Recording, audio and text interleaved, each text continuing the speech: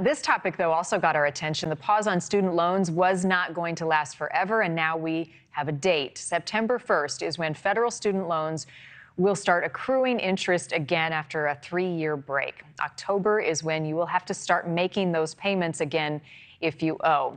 It's on the horizon. It's bad news for millions of Americans who collectively owe $1.6 trillion in student loans, according to the New York Fed. 92% of those loans are federally backed.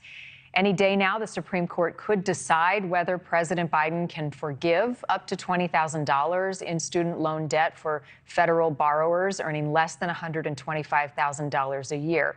Still, though, we have to be prepared either way. Kyle Welsh is with us now, Associate Professor of Accountancy at the George Washington University. We knew this pause, Kyle, wasn't going to last forever. Now we have a date. How can people right now begin to prepare?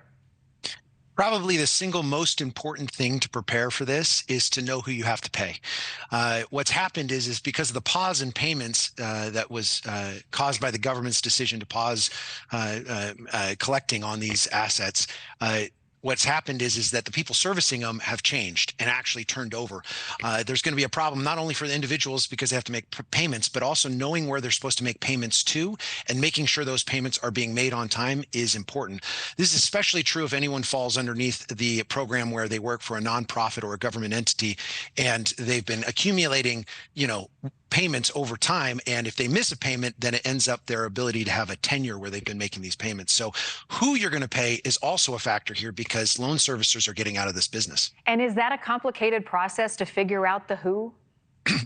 No, most loan servicers want to get paid. And so they've usually reached out and actually contacted I have a student loan. I have a new servicer for my student loan. And they reached out, contacted me. I've set things up so that my payments will start in time. So one of the big things is making sure the individuals that are starting this up, because they haven't done it in years, know who they're supposed to pay. And the next thing is making sure that they set aside enough money to pay these bills. Right. So preparing now. You actually don't believe student loans should be subsidized by the government. Why not? It creates some odd incentives and odd accountability. And mainly it has to do with a friend of mine from high school. His name was Amir. And when everyone was off going to college and deciding to go to college, Amir was a sharp kid, got great grades in high school, but he decided with his brother to start a restaurant and continue with a restaurant. And he's built this large restaurant group that employs, 40, 50 some odd people. And I look at my student loans and I realize that in a way, Amir's is subsidizing my education and my experience. And he chose a different path. And I really like the idea of accountability for that path. There's two parts of accountability: is the people that have chosen the path, making sure that they're accountable for the path that they're on. And then the second is universities. Because it's subsidized, we've seen an inflation, a growth in costs that way outpaces inflation related to these costs of going to universities. And it's because we've just not had a lack of discipline. We see all sorts of industries where costs have come down because of technology, and universities, we haven't seen that. And it in part is due because of subsidies coming from the government. Interesting story and point taken. The reality, though, is a lot of people are not going to be able to make their payments. 1 in 13 borrowers are behind on their payment obligations.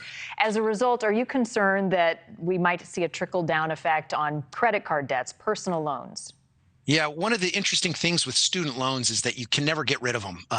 You can if you die, but other than that, you can't outrun them with bankruptcy or anything else. With credit card debt and other loans, there's assets for the servicer to collect or the person that you owe money to. But when it comes to education, because you're given a credential and that credential stays with you, you're not able to get rid of it in the loan in the bankruptcy process. So as a result, individuals, if they're thinking rationally, will not pay their credit cards and more likely pay their student loans. And as a result, more credit card and debt and other kinds of debt will likely go into bankruptcy as a result of individuals realizing they can legally outrun the debt associated with credit cards and these other type of loans, but they can't do it with student loans because you can't get rid of them in bankruptcy. So things you can't avoid, add to the list: student loans in addition to death and taxes. Kyle Welsh, appreciate your time. Thank you. Thank you for watching. Go to newsnationnow.com to find News Nation on your television provider. And don't forget to click the red subscribe button below to get more of News Nation's fact-driven, unbiased coverage.